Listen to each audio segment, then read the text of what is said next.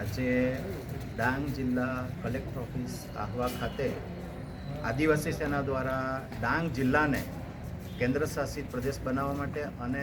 ડાંગ જિલ્લામાં અનુસૂચિ 5 ચાલુ છે તેની જગ્યાએ અનુસૂચિ 6 લાગુ કરવા માટે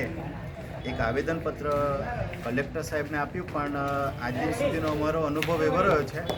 કે આહવામાં જ્યારે પણ કલેક્ટરને આવેદનપત્ર આપવા આવીએ, જનરલી આવીએ કે પરમિશન લઈને આવે તો બી ડાંગમાં લગભગ 7 થી 10 વાર અમે આવ્યા ત્યારે ડાંગ જિલ્લાના કલેક્ટર હાજર નથી રહેતા. એટલે કદાચ ખબર નહીં શું કારણ છે, માર્ચ એન્ડિંગમાં પણ આજે ગેરહાજર હતા. એટલે એ પણ એક વિચારવાનો પ્રશ્ન છે કે પરમિશન પછી બી હાજર નથી રહેતા અને આમ પણ હાજર નથી રહેતા. અને આજે પણ ચીટનીસ સાહેબે આવેદનપત્ર લીધું છે અને આજનું આવેદનપત્ર જે કેન્દ્ર શાસિત ડાંગ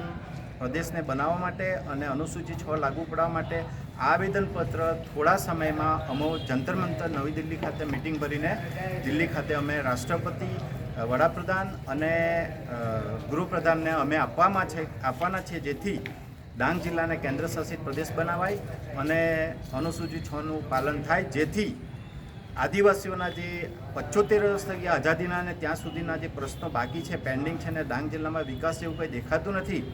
તે માટે કેન્દ્ર શાસિત પ્રદેશ બનાવવો જરૂરી બને છે.